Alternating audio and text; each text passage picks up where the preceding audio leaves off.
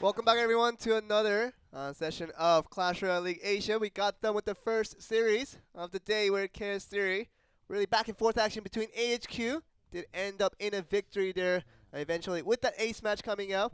At the next series coming up very soon.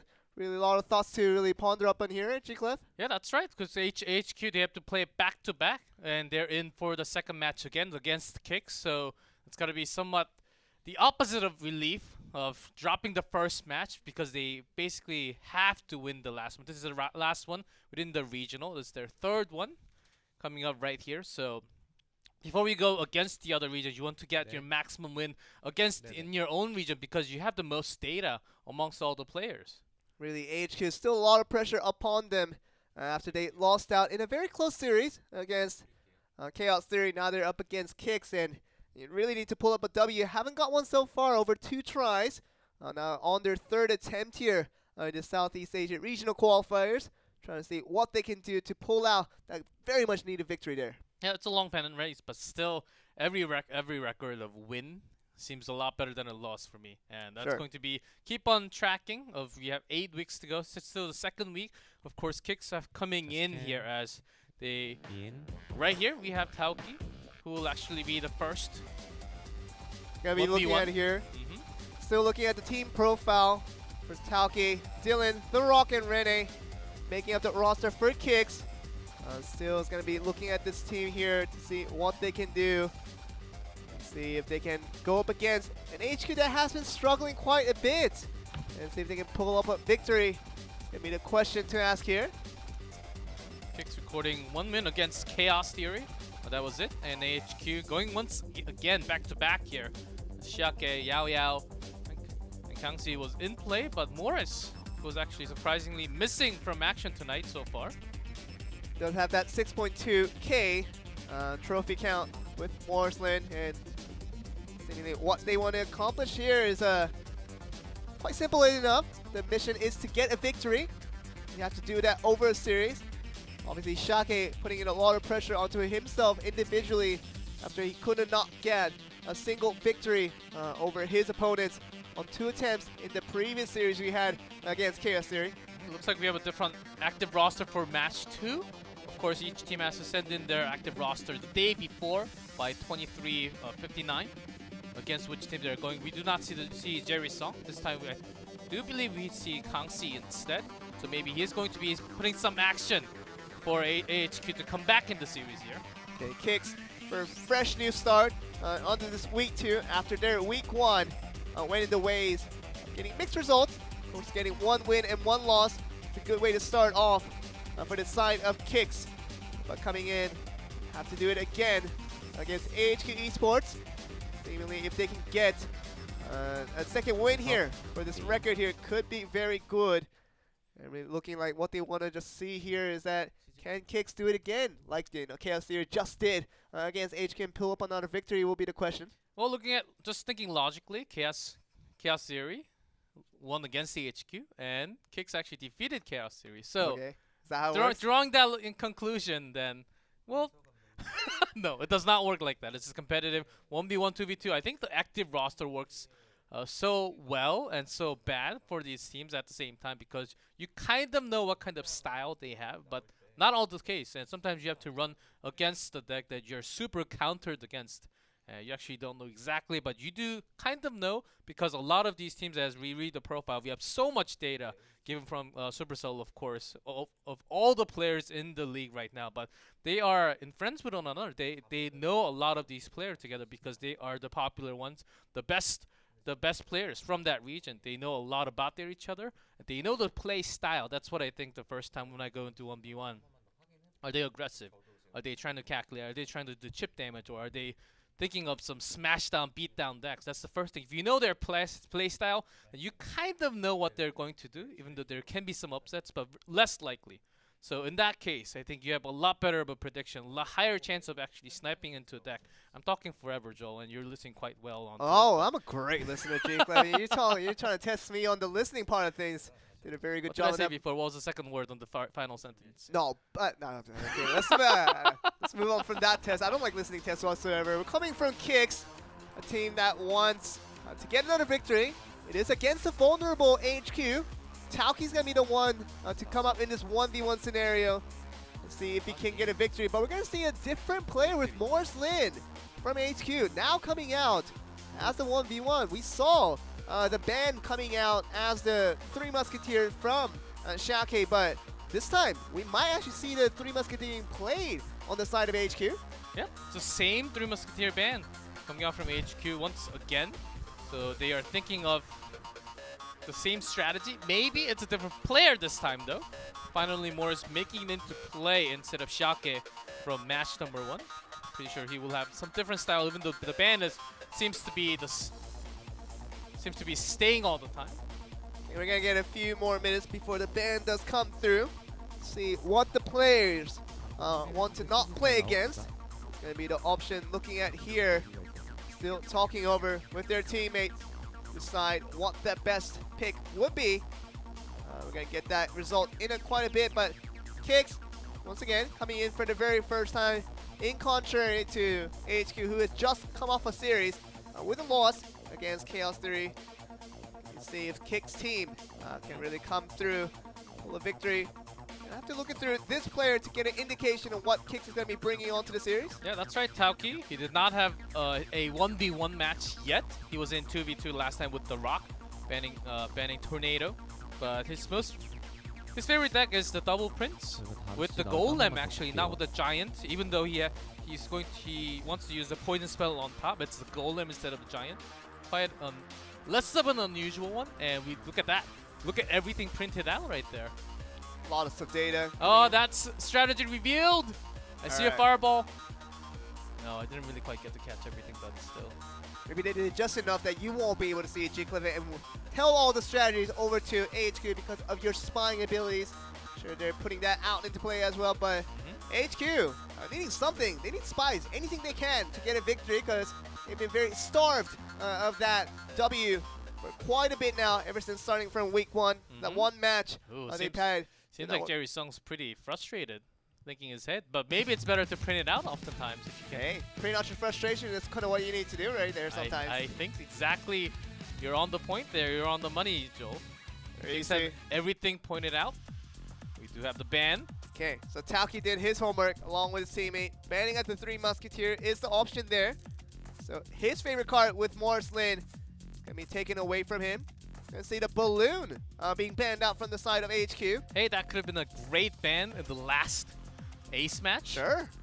Balloon was not really taken care of from the side of AHQ, especially with Xiake doing most of his 1v1 threats against the two members. Differently coming from Chaos Theory.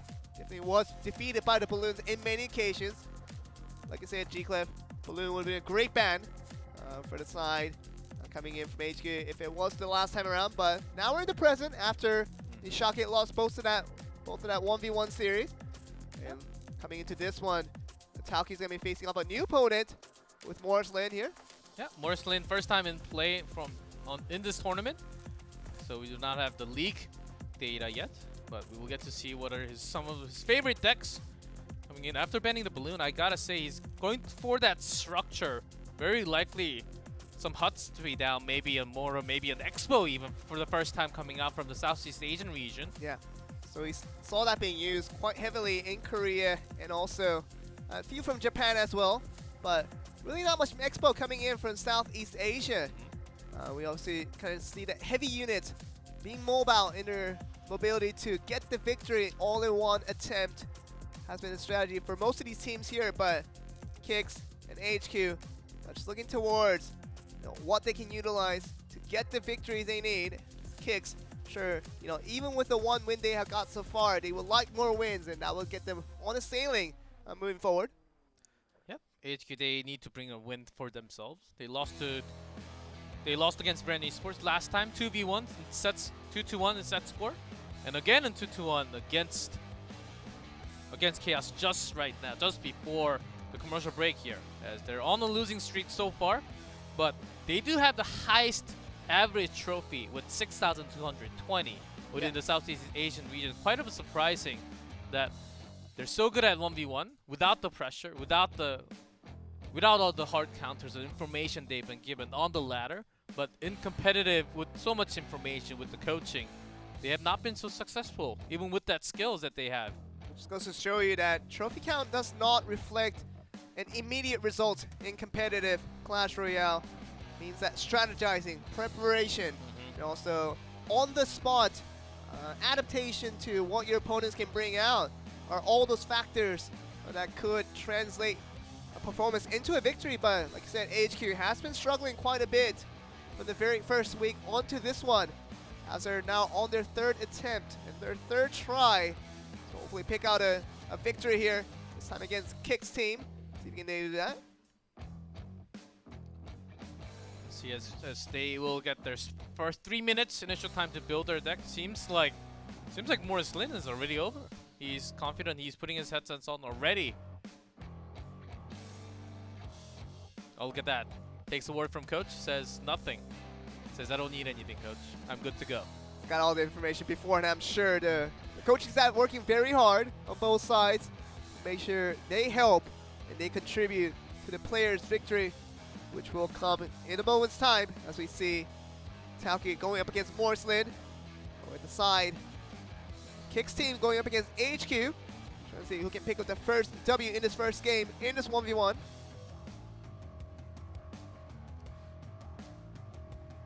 There we go.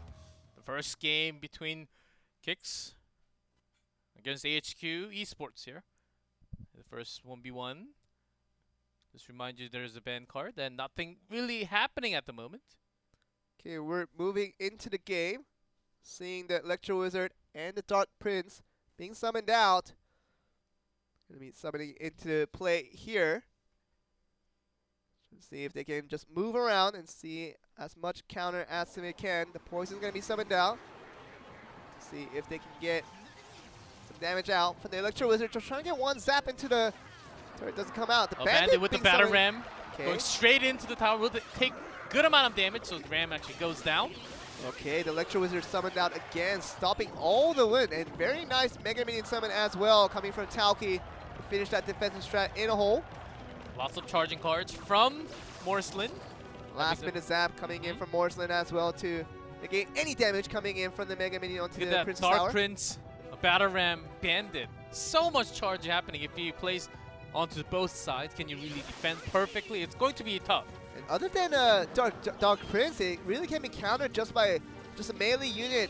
Can come from, especially the guard. So really quite easy when you can counter so much. All that rush attempt that can come from MorrisLin. See the Dark Prince still surviving, living their day. Gonna be supported by the Electro Wizard. Gonna be wiped away by the log. There's a lot of defensive tools. Taoki still holding on his key card. May just be the graveyard coming in. Look at that rush attempt being stopped right there from the side of the Electro Wizard. Coming in from Taoki there. Bandit really not doing much. In addition to the Battle Ram that came through. No damage to either tower there. Nice defense by Taoki there.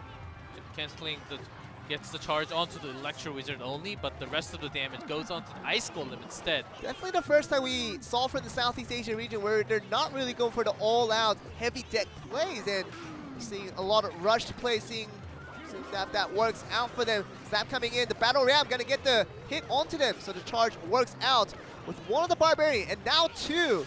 Some damage onto the turret here from MorrisLin. Bandit not gonna get any more damage.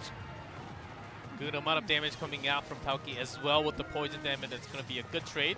But he is actually doing some chip damage with the spear, and here goes the Batter Ram and the charge from the other side with the Dark Prince and the Bandit. But they're all going to be aggroed away from the Goblin Hut in that middle of the camp there. You see how they can move around this. Dark Prince not going to finish up the charge before it dies out. Just graveyard being summoned by Taoki in addition to the poison. Just countering out all the defensive strats. 15:43 on the clock for the tower here. Morris expecting that graveyard to come out. He was holding his own poison spell. Does barely any damage to the tower. Okay, it's going to be down to 1,018 for the side of MorrisLin. As Taoki could try that again. Possibly he does have the poison and the graveyard in check. He wants to go for the all-in. Goblin Hunter is defending so well against everything that charges in, especially the battle ram. Yeah, just soaking up all the damage there. Even the charge damage, it's not going to affect the tower any bit because the Goblin Hunter just going to go away and do all that damage to himself. Graveyard coming forth.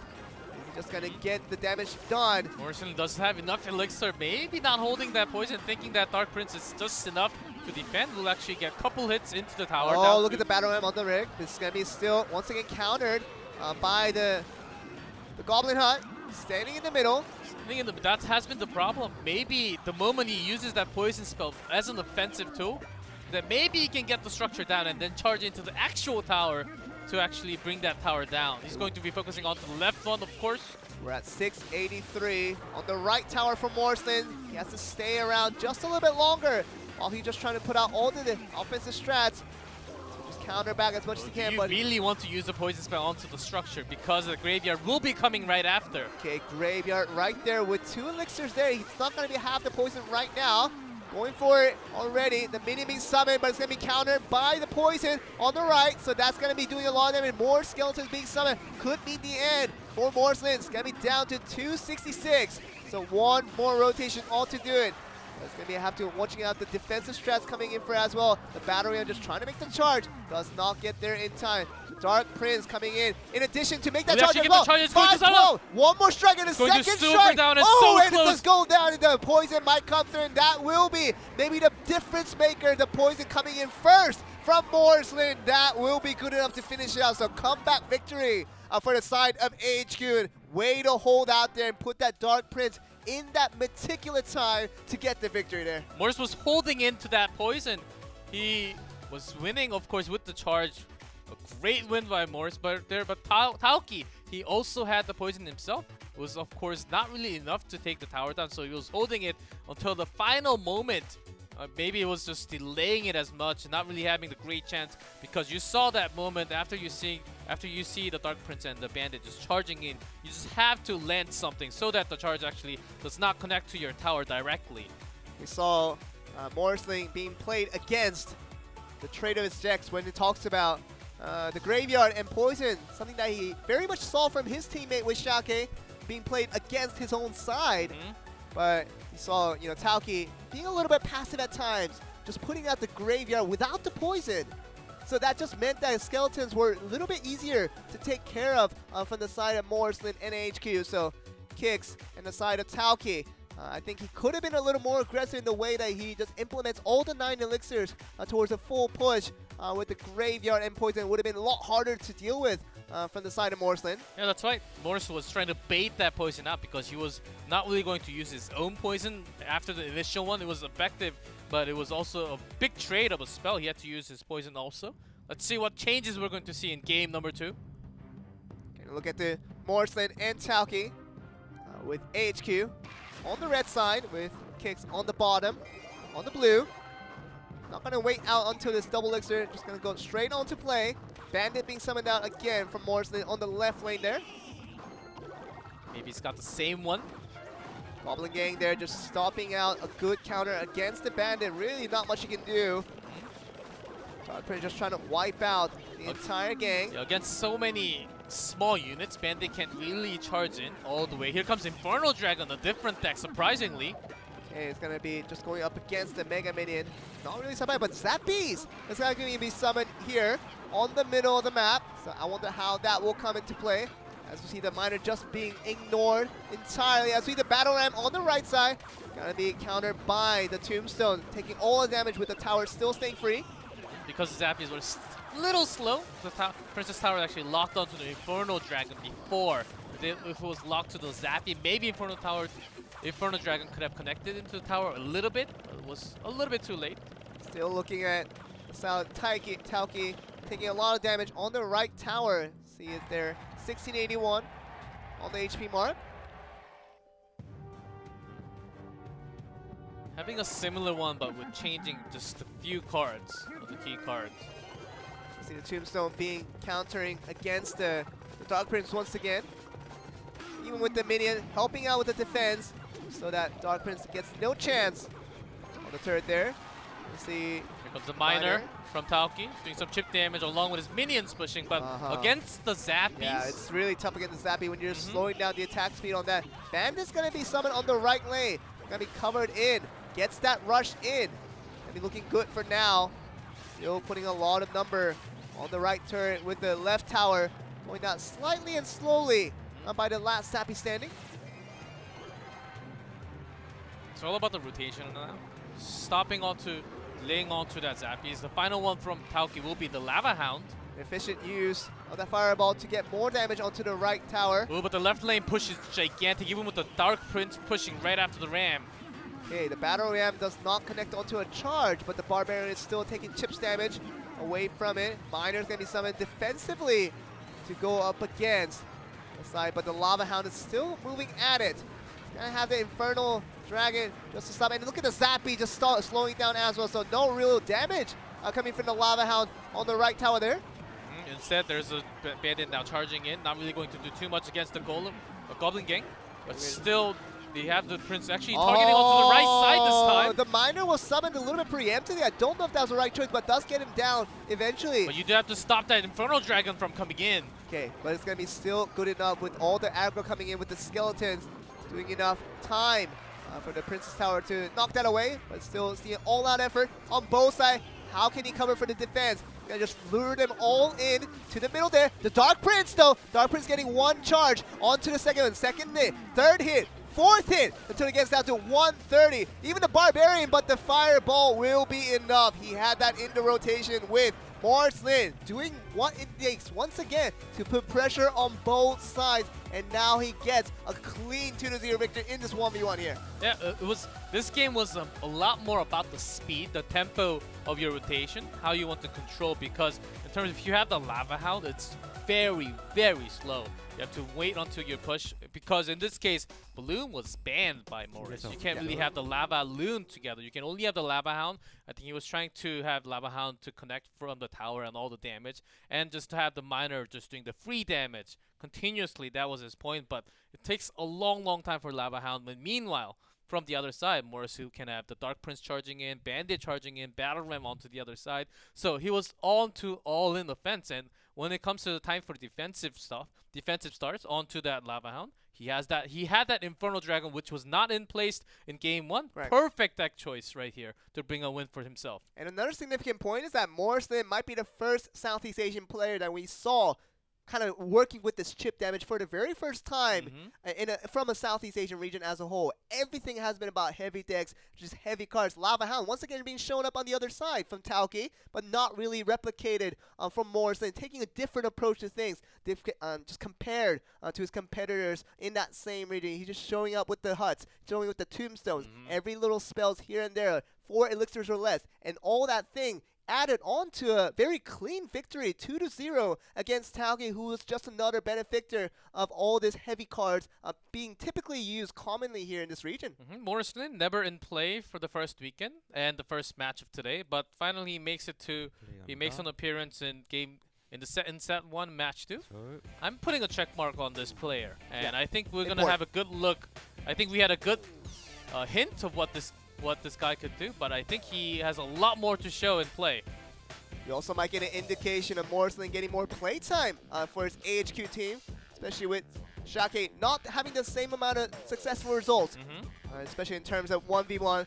Might see MorrisLin getting more playtime now after a very clean performance against a rather strong opponent we thought Taoki would have resembled, but look at really just the domination on both lanes. Really had no answers to kind of go for it. Even if that fireball wasn't there, I think one of the tower would have went out eventually.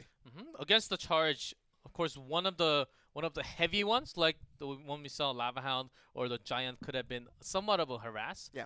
And because that he knew that those counters would be coming in, so using the same key cards, the charge cards, and then the few others as a defensive tool. He just changed the defensive cards only because he knew that the counters were coming. Yeah. He was trying to counter the counter that was coming in. Perfect deck choice. I just loved what happened in game number 1 and 2 of set 1. Reverse counter, very well accounted for the side of AHQ. As we approach to the 2v2 now, after KIX do go down from losing out that 1v1. The Rock's going to be joining in here. to join in as a 2v2 member to hopefully get a win advantage over the AHQ side. The Rock once again, he did play in 2v2 last time. Was a loss. Over they banned Tornado, and they were banned of Inferno Dragon last time. He was paired up with Taoki, the one who lost in game 1, but a different setup this case with Dylan, who was actually the one to play 1v1. He excelled. He even played in the ace match previously, I believe. Okay, so KIX bringing up a different roster. You're gonna see Xiake again. Guy's been getting a lot of playing time, at least for today. Coming out for most of the 1v1s in the last series, but not winning in any of them. Now gonna be joining back in the 2v2 along with Jerry Sung here. It's gonna be Kangxi. So we got a confirmation. It's not Jerry Sung. It's gotta be Kangxi, being that the partner to Xiake. Join us here. Kangxi for the first time. MorrisLin and also Kangxi did not play in the last weekend, and also the first match will be the first one lending this time. Seems like he wants to have his mic a little closer to his mouth. I don't know if that's happening without a tape attached to it.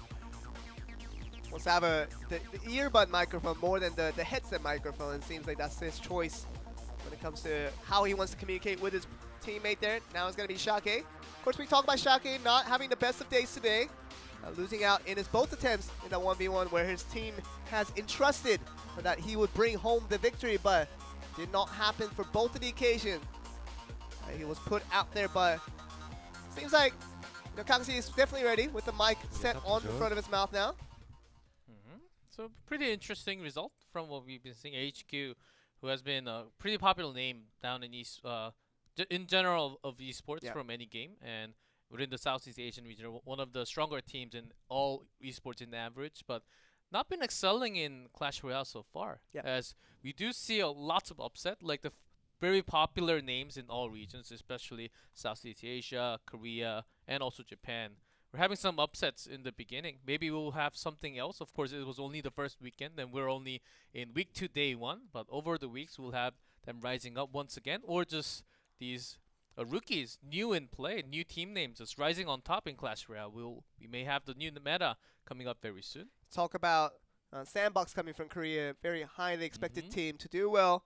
Suffering 2 losses already from week 1 heading into week 2. That will continue on tomorrow. Even in Japan, we talk about Detonation Gaming. Thought it was a big name that would bring a lot of successful players. Yeah, especially in the mobile games too. Really was, and because they've been around this mobile scene for us. I thought they would have had a good knowledge coming in, but did not really show a strong enough a performance against FOV Gaming, who did beat them out quite handily. So, a lot of surprises in contrast to what our expectations for some of these big organizations are. And AHQ, definitely one of them that we think should put up a big number, but for these 3 attempts so far, 2 of them haven't been good for the time being. And we're going to see lots of different metas clashing in very soon. I'm very excited personally. After the regionals, after this weekend, we're going to have all the regions going against each other. I think that's the main focus, where we have the regions for the first 2 weeks, and then the conference division. That's going to be the key part with 6 weeks going over all the teams together. I don't know exactly how it's going to be done. I don't have all the schedule in my brain. Of course, it's long weekends, lots of matches coming up, but it's going to be very exciting. How, if Korean teams chip damage, is it going to be effective against? Are they going to have enough defense to actually defend against the heavy decks that's coming in from Southeast Asia? Or how Japan is going to counter that as well. So it's going to be a lot in effect. We'll have to see. You'll have to continue watching the Clash Royale League Asia if you want to find that out. Before we get onto the clash between the different regions, we're still sticking around with Southeast Asia between these 2 teams here. AHQ, a team that has struggled for many of their attempts. They could have proven themselves, but really have failed to do so. Going to be back again, coming off to a win with a 1v1, where MorrisLin did a very good job bringing his team to a very clean first series victory. Now they're on to the second series with 2v2 against KIX game, seeing if they can just put a team here and get a clean sweep. Maybe just finished out without even going to the ace match here. Yep, HQ as they banned Poison last time in their 2v2. And their last one, Tornado, last weekend. So we do see a lot of spells being banned in 2v2. May just continue to happen. Maybe something else. Maybe I want to see a Golem being banned.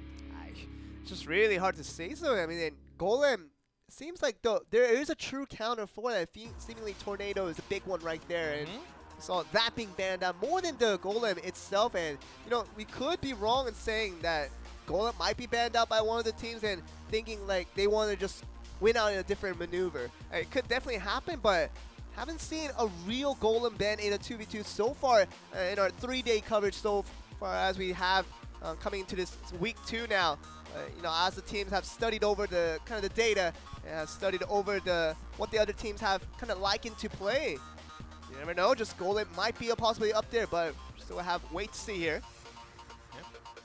Same drill for 2v2. They'll have to choose their ban cards and then go into 3 minutes of deck choosing time right after. Just making sure, I think they're just double checking on their ban. This one, right? Yes, we do have 2 spell bans. I love this so much. Tornado and Poison. What are they going to do now? They have to make so many changes. Big fan of this ban right here. The Tornado, obviously, a high priority ban for any 2v2 matches. Does come from the side of KIX team. On the side of AHQ, the Poison. Seemingly the one they need to counter for. It's going to be the one that's banned out here. So, Golem, I mean, can you play this? And can you just make it work out without these lack of spells being the defensive tool? Or can we think of the opposite way where since no one can really counter the Golem effectively, both teams will just try to all in on the Golem push and maybe one of them will work out faster than the other? Yes, King Tower race. There you go. I do want to see the race coming up. It's really tough. You can image back to the first 2v2 that we had. We did see lots of rockets in this case, but that was also because they had Tornado in use. Tornado was so effective gathering all the units and one single rocket taking everyone out. And that was the reason why we saw Rocket.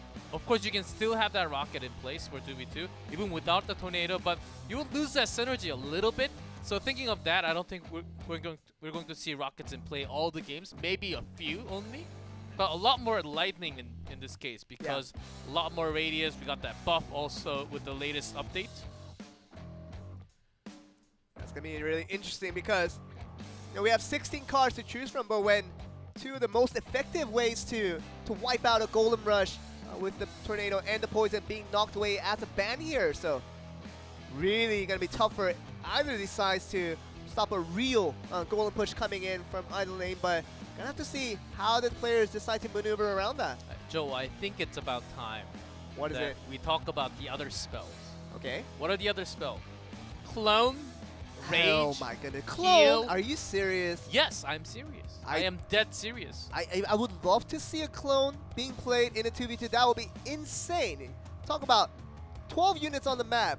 Make it 24 and like all these things, crazy things could happen. Double the Lumberjack, double the balloons, double the God. giant skeleton. Just think about the explosions after explosions. Clone is so difficult to pull off. That's my dream in 2v2.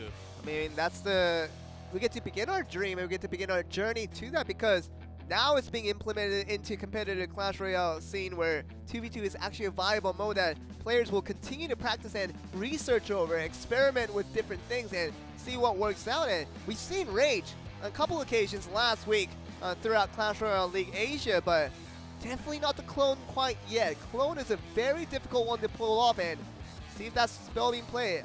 I think this is the time where you actually need it because talking about in this case because Poison is banned, Tornado is banned, and you can have a lot more effective use of the Clone because those biggest spells are actually banned.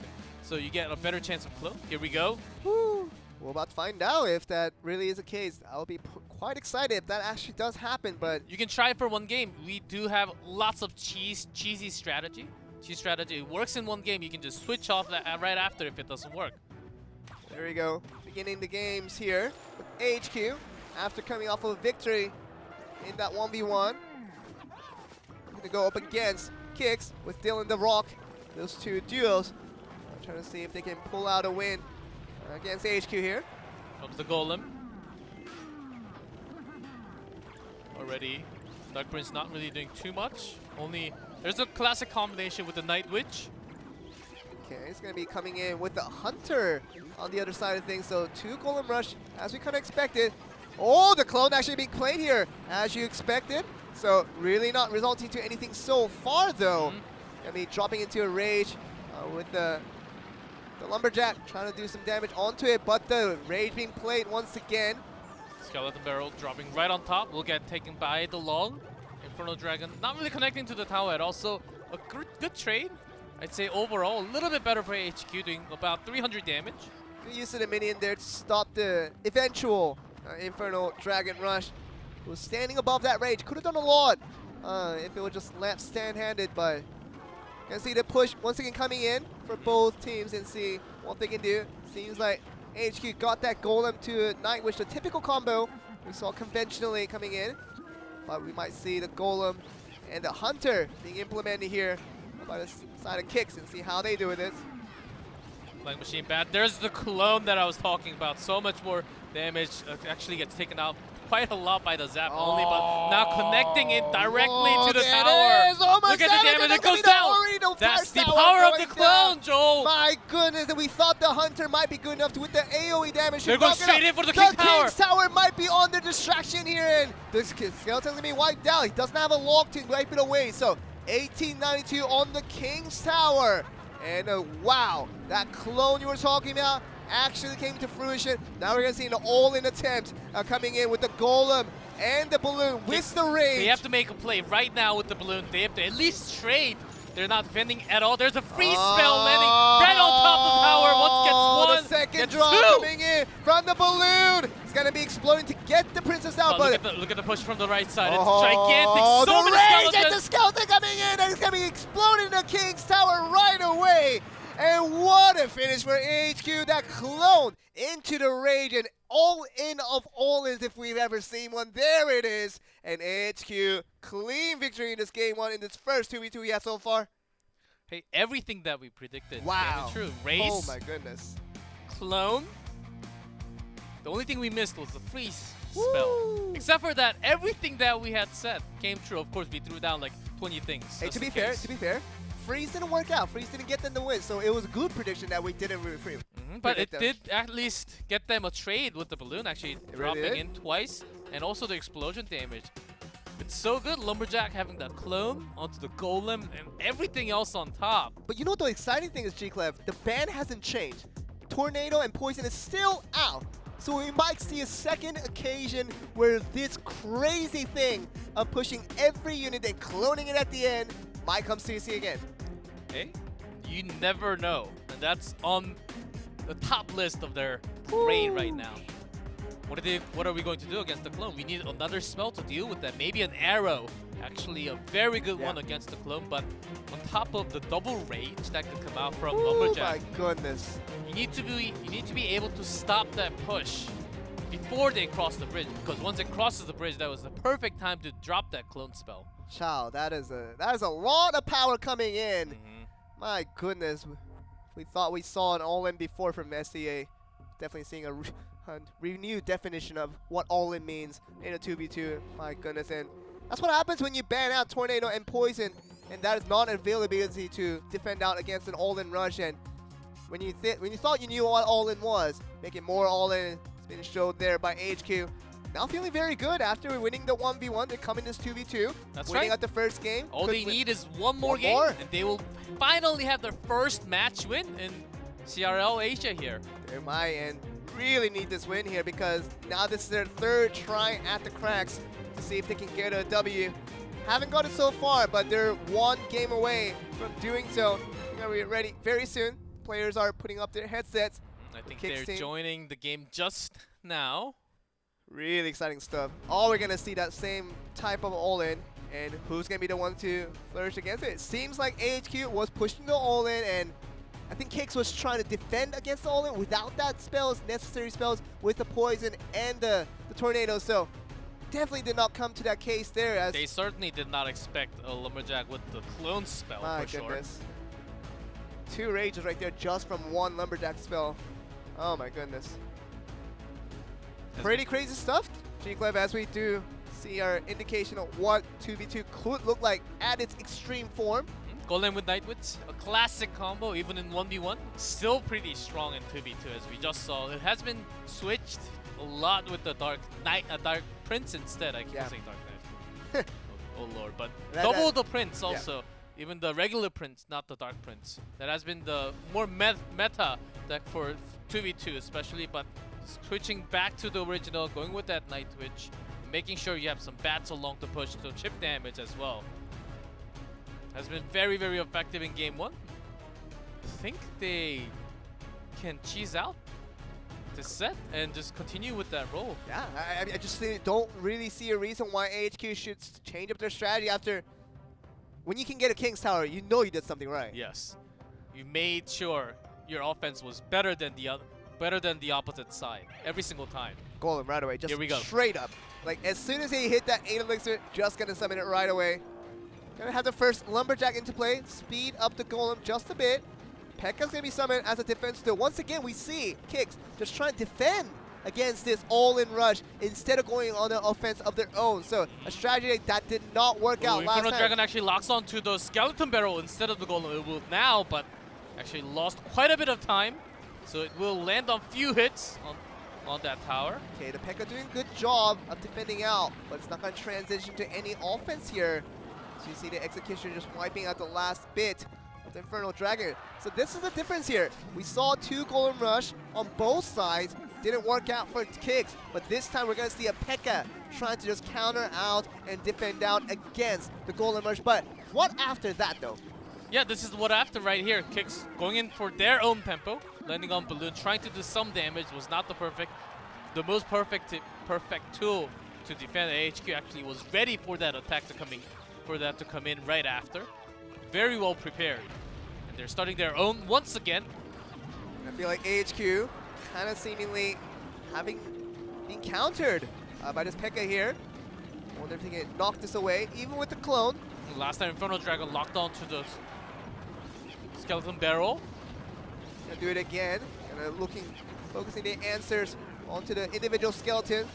Gonna be answered for by the Executioner. Finally locks onto Golem, takes it down, splits into 2. Okay, the clone not used this time around, so P.E.K.K.A. quite easily handled there. We see the distraction coming in. Oh, it's gonna see the distraction coming in from the Executioner. This is the P.E.K.K.A. alive. This is the better of a push, even with the P.E.K.K.A. in front. Golem going directly to the tower. We'll get some distraction from the minion. There's a freeze. Nice tombstone, but still the freeze will come through. There's a first drop one. will come through. Second drop comes through. And that will drop it down with the explosion. It will destroy it at the end. So it seems like the P.E.K.K.A. might have gotten that one hit before it just died out. Was much better of a push in this case.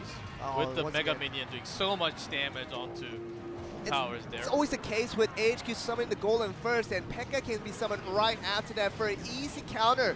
No matter the clone, whatever you can do, it doesn't really matter. Just P.E.K.K.A.'s gonna be destroying it one by one. As you see right there, taking all the free hits.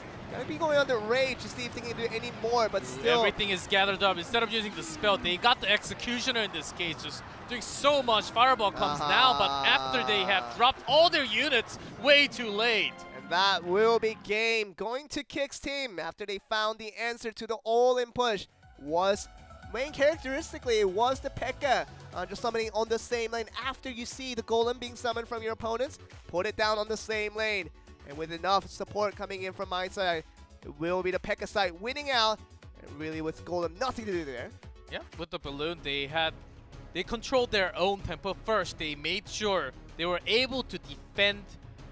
I'm talking about KIX, of course. KIX able to defend against the AHQ, only got 500 down. They wanted to control their own game here with bringing the Balloon, few else connecting.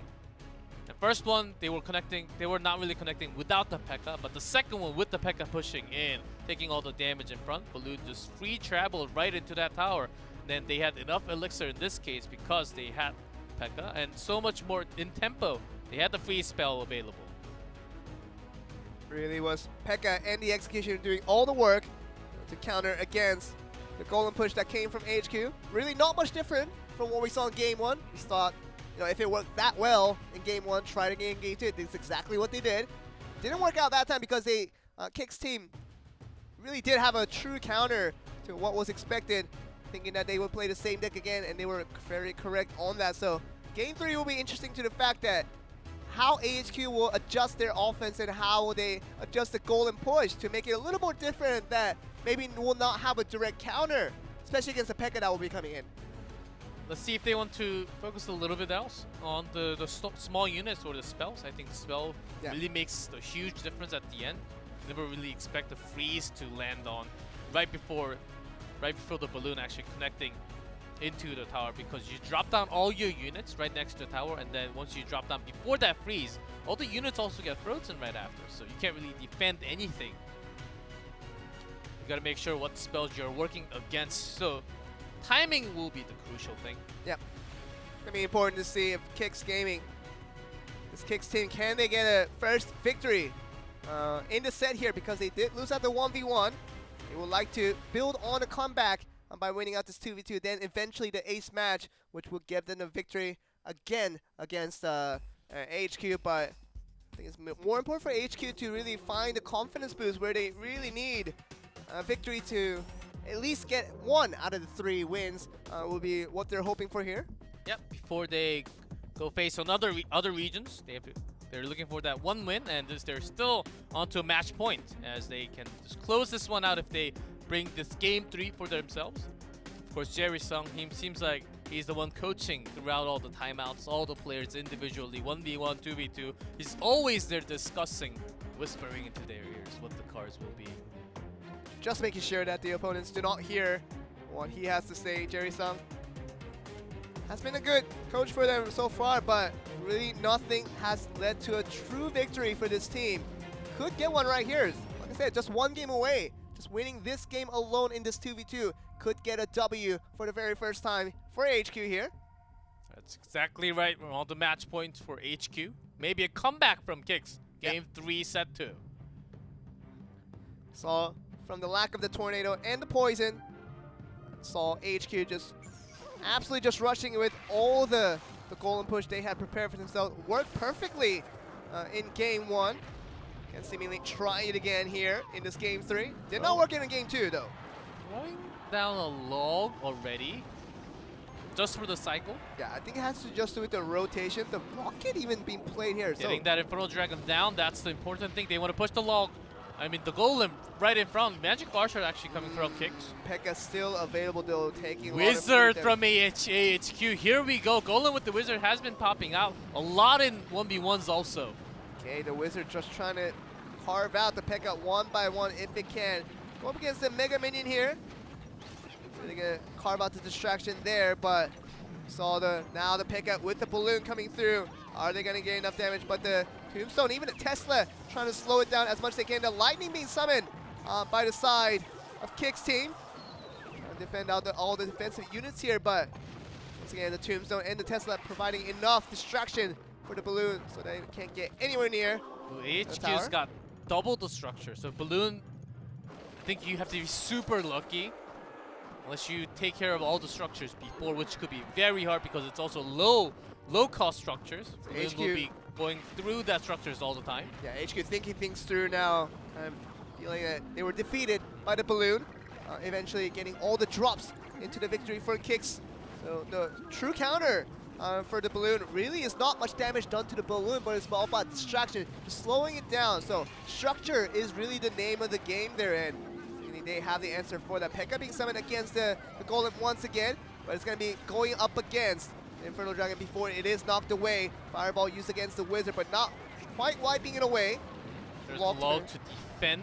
Actually, Golem doing quite a damage to the tower, and this is the time where they use the balloon. They got the Tombstone down, but they have another structure up.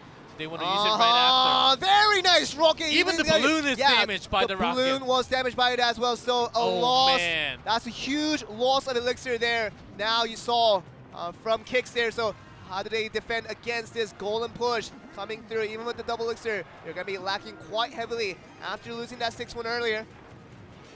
If the rocket is destroying everything, there is a graveyard. Finally, actually activating the King Tower, that cannot be the best thing. Okay, but in this late game, they're just worried about getting this first tower off. 7:23 on the count for the first tower here. They have the graveyard. They don't want to activate the King Tower. Even the freeze actually did not do too much. Great Fireball as a defensive tool. Okay, we're going to see the sudden death now coming in. Really all matters about the first tower. The Magic Archer just barely getting some free hits onto the right side tower, but not really getting so for the time being. The freeze coming in with the lightning. And the balloon's not going to be distracted away, but that's going to be the first drop. But the freeze of their own But is it going to be enough to knock away the balloon though? Balloon is going to be knocked away 80 And the health. explosion And the damage will just explosion will finish be it up. good enough. And KIX team. Oh my goodness, feeling like they were answered for with the balloon with so much structure, but that last tombstone did not distract the balloon away at the very critical second there. That was close as it could ever get. Great placement by with the magic archer there. Yeah. Was basically doing tons of damage. Total value there, just looking from the side because you have the range from the magic archer. Yeah. So long. Actually took down Tesla as well. Oh, they were doing so much damage. Both teams actually landing off freeze spell. That was quite interesting. I think the big turnaround was exactly, even with that rocket, their Infernal, I'm talking about of course AHQ, their Infernal Dragon was not really landing on the units they wanted to, like the P.E.K.K.A or the heavy HP units. If that landed, maybe they could have stopped the offense from happening from the bottom top, but not really the best case scenario if you have lots of small units coming down for an attack. We saw hints of a comeback opportunity for AHQ when they got that maximum efficiency rocket, even getting that directly summoned balloon at the very last second. So, man, so much elixir had been wasted from KIX, so they could have been in a very nervous situation. They don't know how to defend against the next golden push that was eventually going to come through, but they do it again and again. And they had enough units alive at the end, and even with the mistake coming in for that last split second, the tombstone being planted on the wrong spot, not distracting the balloon, costing the game. Yep, that was actually one of the best spells we've ever seen in Clash Royale League Asia so far. Great stuff there.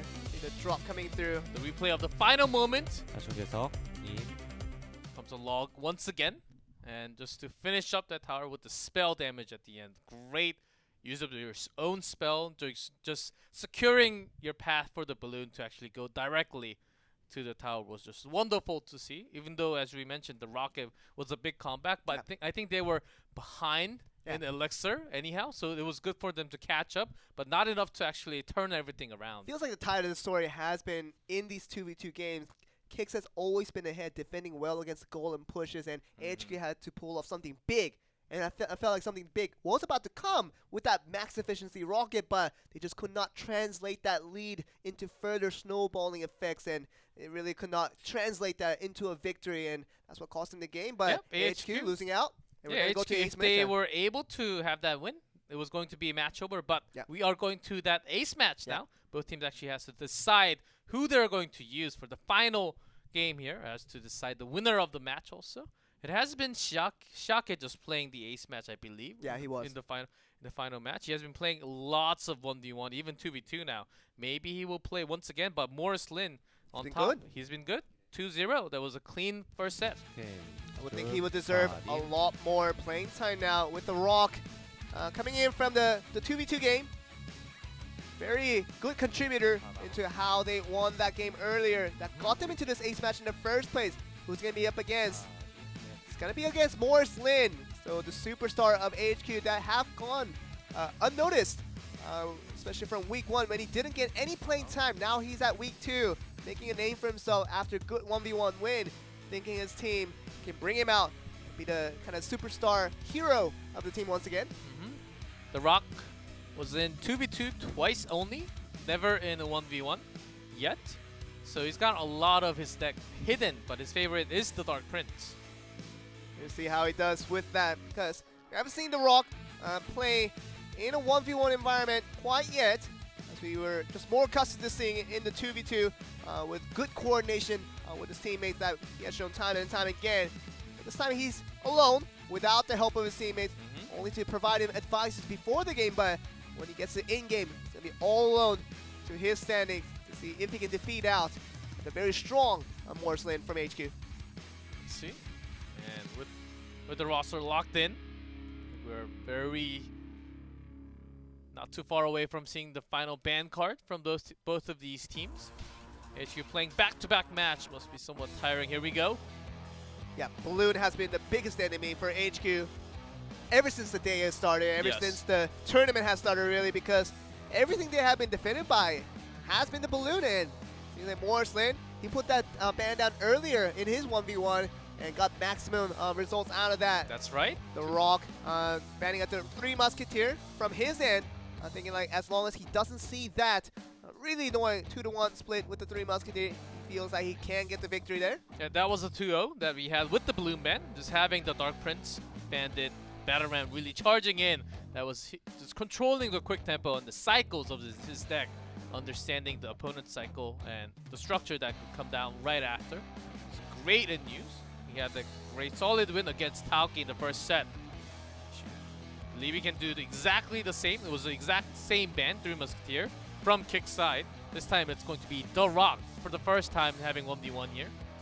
Okay, it's interesting to see that when MorrisLin faced up against Taoki, wasn't really Taoki doing bad, but MorrisLin being outmaneuvering many occasions where he got the advantage where definitely could have went the other way around. So very smart play coming from this man when it was talking about this man being the first appearance for him in week 2 here. And really one of his kind, especially playing the lesser Elixir deck, kind of the lightweight deck.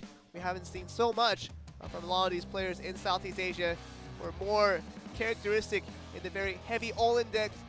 MorrisLin thinks a little bit outside the box, kind of shifting his way more closely towards the Korean and the Japanese meta we've seen in the past week. And compared to that, The Rock has been using lots of the guards, Mega Minion, fireballs, lots of spells. Along with Dark Prince, he has been making that as his key card to push all in. So it's going to very likely, as we predict, it's going to be charge against charge. That's going to come up, as maybe they will just switch in to some of the Tombstone to delay the tactics, some of the Goblin Huts as we saw. But oftentimes was not enough to defend against all the charge of the Battle Ram, the Dark Prince coming out from MorrisLin. Yeah.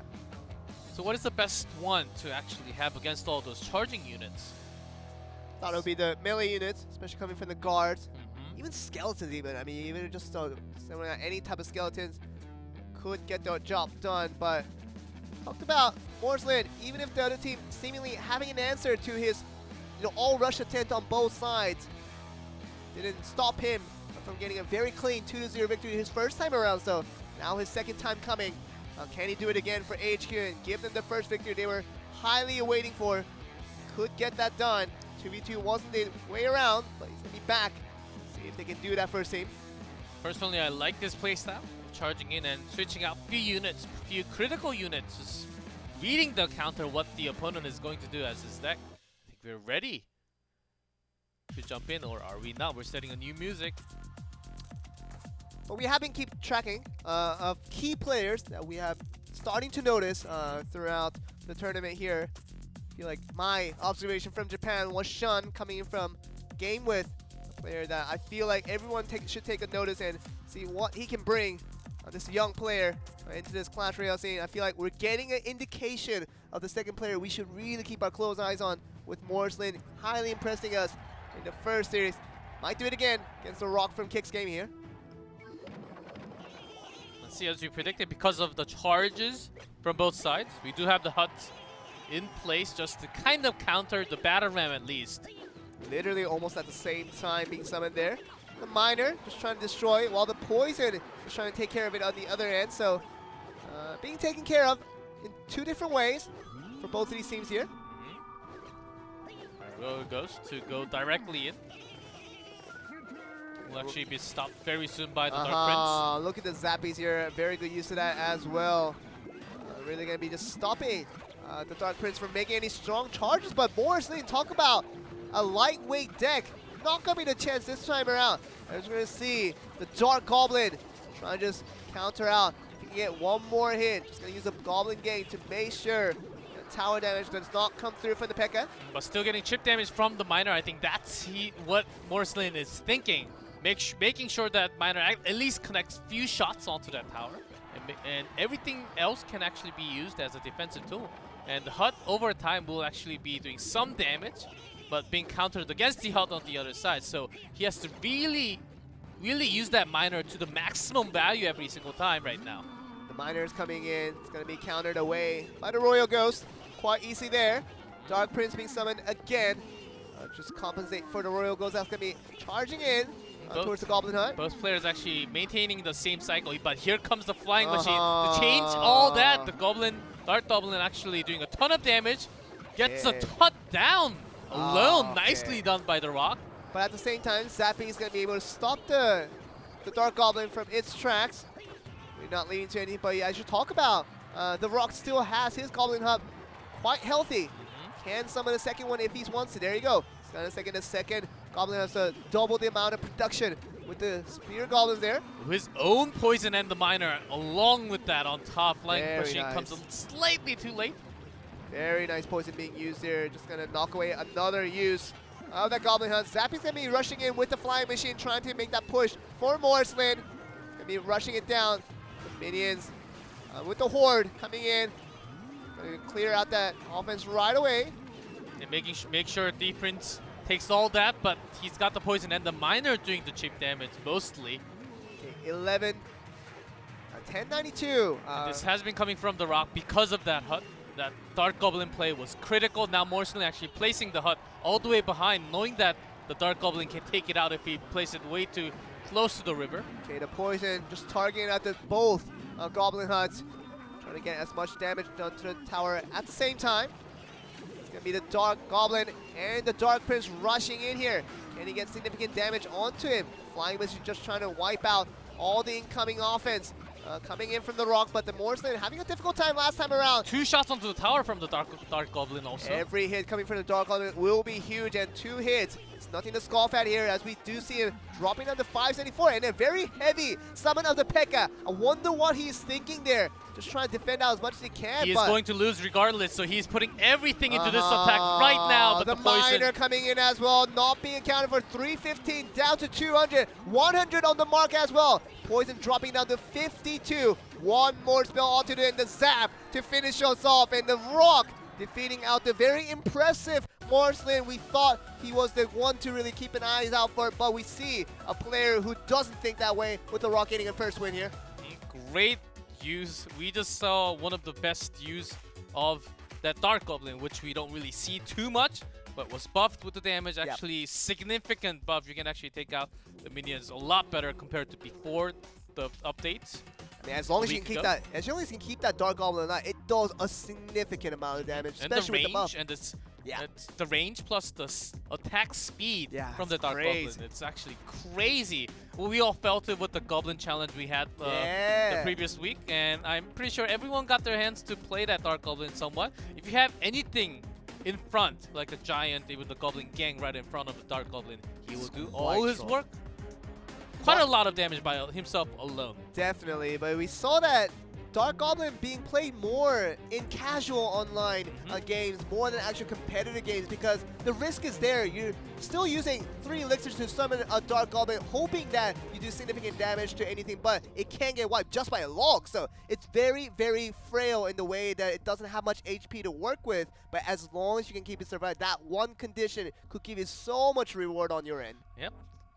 MorrisLin actually had a pretty nice work with his own miner with the damage that he had with the Royal Goods, just pushing in, making sure he takes the damage instead, and miner just doing chip damage. But once his hut was actually taken down with the Dark Goblin, that's when he started to really lose the elixir fight, and the Rock just coming on top, knowing that he had the lead. He was keep on pushing it, maximizing his lead. MorrisLin feels like the Dark Goblin will be in action once again. I'm sure he has prepared the log or any type of low utility disaster to go up against. Tornado activating the King Tower already. Yeah, we got to remember. Only 28 seconds into the game. It's going to be huge. So defensive tools very much sufficient for the Rock, but as he summons a Barbarian Hut. So very interesting summon there. Wonder what heavy deck he's thinking to push this through here. Can already tell that this is going to be a very heavy deck being played by the Rock. I wonder what he brings though. With the delay that he has, he's saving up his elixirs, trying to make his own push right after. Here comes the Magic Archer, doing some damage, not too much, but he's got the King Tower activated already, so making a great way of defense. Look at the Electro Wizard doing damage onto the Lumberjack, which would most likely get it killed. Yeah, there you go. What is he going to follow up with? Just the Lumberjack this time, not really revealing too much. So he's not going to take advantage of that rage. Comes from the death of the Lumberjack. take it slow for now, as he knows he has great defensive tools, especially with the King's towers enabled. So the power of poison minor attack from MorrisLin actually powers down a lot. Yeah. And it's so much easier for the Rock to actually predict where the minor is going to be right after. So placing the Barbarian Hunt right behind where minor is going to be outside. And the Rock has gotten control of this game right now with the Tornado to start off. We see the slow summon of the Giant from the back, coming from MorrisLin, with the Dark Prince just trying to help it out and clear the way. See the Giant Skeleton being summoned there. This is a clone one. I see a clone coming here. You do see it, and we might just get the outside of that, but this Giant Skeleton really not taking much damage. Just gonna explode within its own base. Maybe on the halfway line with the bridge. Lumberjack coming in.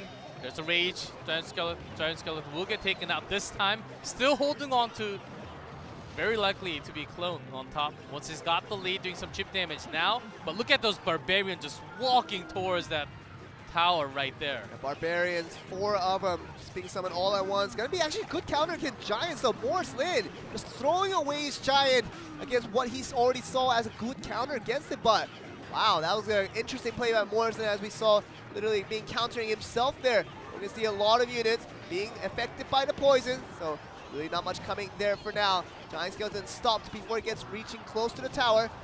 Safe for now, but really important to see how it can push forward with this. 3 huts. 4 huts actually. 4 huts actually. So even more of a lead. Summoner no. deck. It's working so well right now against AHQ. MorrisLin, what does he have to defend?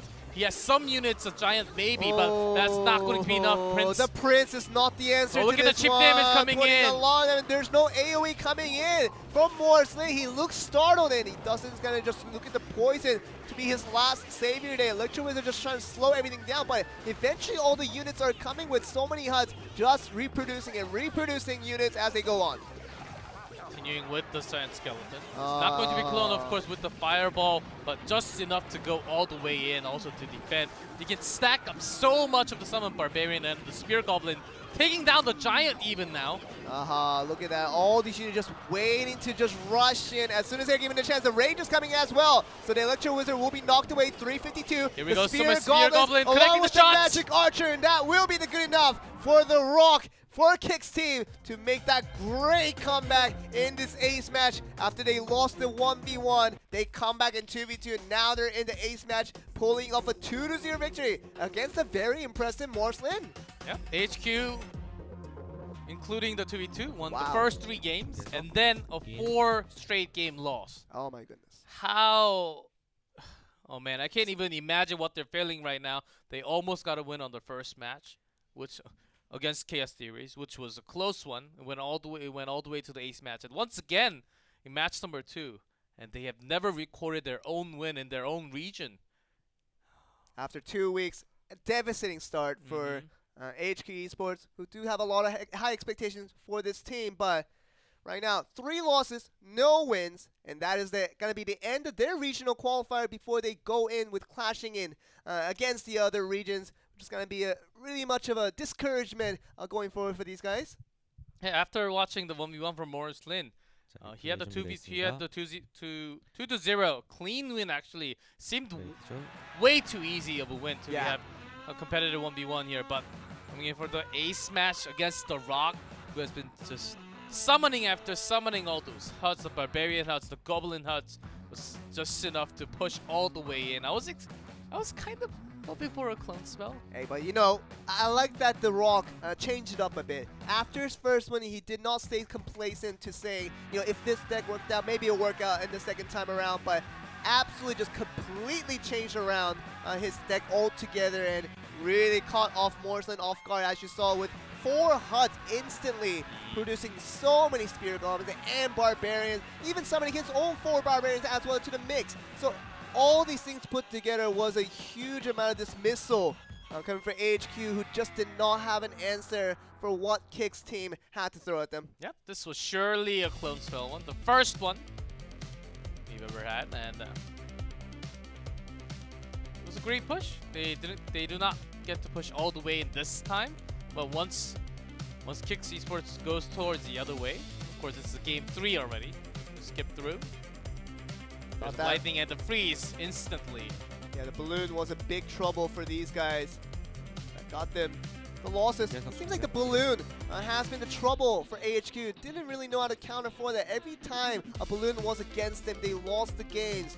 And they just had to ban out any other time they feel like balloon was a threat again. Sometimes anti-air could be a great tool, of course. Some structures, just making the path going to the side, it can be a great tool. Or just the minion horde. Minion horde actually can be a great tool, but lots of the times the spells were just following up right after, so they couldn't really defend against that. You have a lot of the small units will get taken out by anything except for the zap arrow. Anything better than the arrow will just take them everything together. So it was very tough to defend against the balloon. They have to be ready. I don't think they should be just banning out every single time. Over time, teams will know that they're weak against it, and they will just try to work around it. I think they really showed their weakness today. Go to the NTV here. See what KIX thinks about their win over AHQ. 第一个问题就想问问你们，就是在2v2的时候，就面对 AHQ 那一个突如其来的复制套路，对你们当下在输了第一场之后，你们是怎么样马上意识到怎么样去反制？ So during the 2v2 match, AHQ used the clone. So how did you guys react to that after losing the first game? 对，其实克隆是好像在2v2还没有看过，这是第一次，所以第一场其实我们也是吓到了，就直接被爆3金。但之后想要调整，虽然没有旋风，但屠夫还是一样可以很好的克制，那我们就直接上了，就2个都带了。2个都带。对，因为2v2也是研究很久，因为毕竟我们从上一周就1场都没有赢到。也是很恭喜你们今天就终于2v2有赢下来了。那最后决断怎么会请Rock 来打这个 ED？ 因为之前上周是都没有上 ED 的。So why do you guys choose the Rock to play the final ED match, 1v1 match? So actually, I think between us, all of us, we can play 1v1s. But I think today Dylan was not feeling too well, so he went to the hospital earlier, I think in the afternoon. So that's why they decided to put me. But either of us would be able to play. 对，我们大家都有玩 EVE 的能力啊。不过今天我的队友他今天下午的状况比较不好，所以决定由我上最后的 EVE 这样。OK， 那最后用了相当特别的套牌，可以简单讲一下吗？这个套牌的怎么会突然使用这个招数？就今天跟昨天就练了一下吧，就看到有得过12胜的那个，就从网上看到有得过12胜，所以应该是蛮好，应该是蛮强的。对，试一下吧。然后直接试啊，你自己用的结果你觉得怎么样？这套牌就应该是我这2场都克了他吧，所以他就刚好针对到。对，哇，那这样子你们最后的战绩是在东南亚是2胜1负。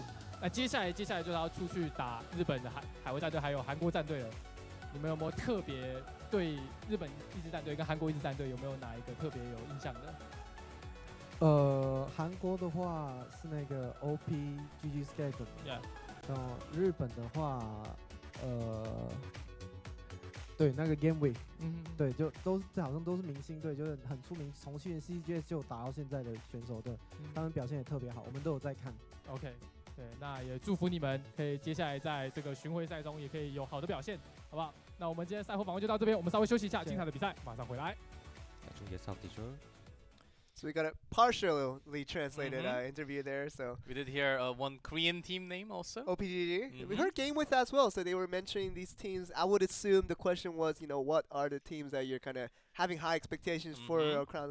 Our vague translations there. We have no Chinese. We have no Mandarin knowledge whatsoever. So do not count on us for the translation. I have negative knowledge on Chinese. Negative, you say? How does that work out? Negative knowledge in Mandarin. How does that work out? I don't even know. That's how bad I am. Do you just avoid learning Mandarin even if they're being taught to you? So I go backwards whenever I hear Chinese. Woo, man. I don't want to feel like that. That was kind of very informative about Dylan, of course, not showing up because he was not feeling great. He's at the hospital. Of course, with a 3-man roster, you can still make it work with one going on 1v1, 2 going on 2v2. But still, The Rock coming out as ace match and were able to pull off the win. Exactly.